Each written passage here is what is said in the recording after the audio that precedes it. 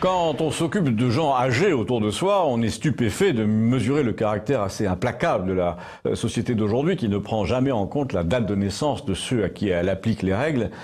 Il y a beaucoup de personnes seules de plus de 80-85, et celui auquel je pense en a 87, qui sont des angoissés par nature, des gens qui n'aiment pas qu'on les bouscule, mais ils reçoivent tous les jours des courriers grossiers de leur banque, de leur caisse d'assurance maladie, des courriers qui les traitent comme s'ils étaient au courant de tout, qu'ils étaient mobiles, réactifs, bref, comme s'ils n'avaient pas 87 ans.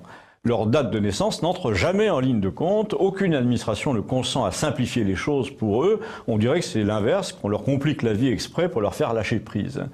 Le vieux monsieur auquel je pense, donc un ancien chirurgien, se prescrit lui-même les 6 médicaments dont il a besoin, les mêmes depuis des années, et je vais les chercher pour lui tous les mois avec une ordonnance de sa main. Mais en fait, la Sécu voudrait que ce vieux monsieur choisisse un médecin référent, alors qu'il est lui-même médecin, et à chaque fois qu'il a besoin d'un anti-inflammatoire, il faudrait qu'il prenne l'avis d'un de ses homologues pour obtenir une ordonnance. Plusieurs fois, la pharmacienne m'a regardé de travers parce que, normalement, il ne devrait pas se prescrire les médicaments lui-même. La preuve, son identifiant de retraité n'entre pas dans l'ordinateur. Oui, parce que les pharmaciennes obéissent d'abord aux ordinateurs et vous regardent à peine, comme tout le monde l'aura sans doute remarqué.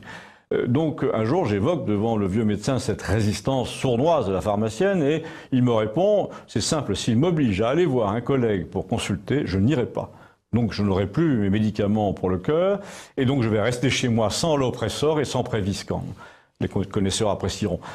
À attendre, me dit-il, d'avoir un pépin cardiaque ou cérébral pour me retrouver, si ça se trouve, pendant 4 ans, à moitié paralysé, à la charge de la Sécu, après une attaque, et ça va coûter 400 000 € minimum. Et il ajoute, il faut vraiment être con tout de même. Je ne suis pas sûr qu'il ait entièrement tort. Tant qu'à faire, puisque je suis l'interprète de sa colère de praticien, j'ajoute un détail. Après 85 ans, l'une des obsessions des vieux, c'est le sommeil. Donc ce monsieur prend du Stilnox, dont on vient d'apprendre qu'il ne serait plus délivré bientôt, sauf sur une ordonnance certifiée. Une ordonnance certifiée, il sait pratiquement même pas ce que c'est, tout médecin qu'il soit. Apparemment, c'est du papier filigrané, en tout cas, ça ne se trouve pas facilement. Le résultat, c'est qu'on va le priver du seul somnifère qui lui convient et sur lequel il fait une véritable fixation. Du coup, il m'a dit calmement qu'il se prescrirait n'importe quoi d'autre, mais qu'il avalerait le tube entier dès que j'aurai le dos tourné. Eh bien, compliment, Madame Touraine, beau travail. Vous ne connaissez pas ce genre de type, mais moi si, et il est tout à fait capable de le faire.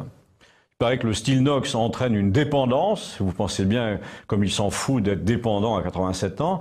Mais il y a autre chose, ce somnifère, dites-vous, s'apparente à la drogue du violeur. Et vous pensez bien que là aussi, à 87 ans, nous sommes largement au-dessus de la limite d'âge. Si, d'une manière générale, les gens de plus de 80 avaient une carte qui leur permette d'échapper à tous les nuisibles, ça permettrait de leur adoucir la vie sans dépenser un centime. Tandis que là, j'ai donc à côté de moi le cas d'un vieux monsieur qu'on s'apprête à pousser au suicide pour son bien. Et comme ça me chagrinait un peu, je voulais vous en parler. Et vous, merci de me livrer des histoires comparables pour accabler Madame Touraine.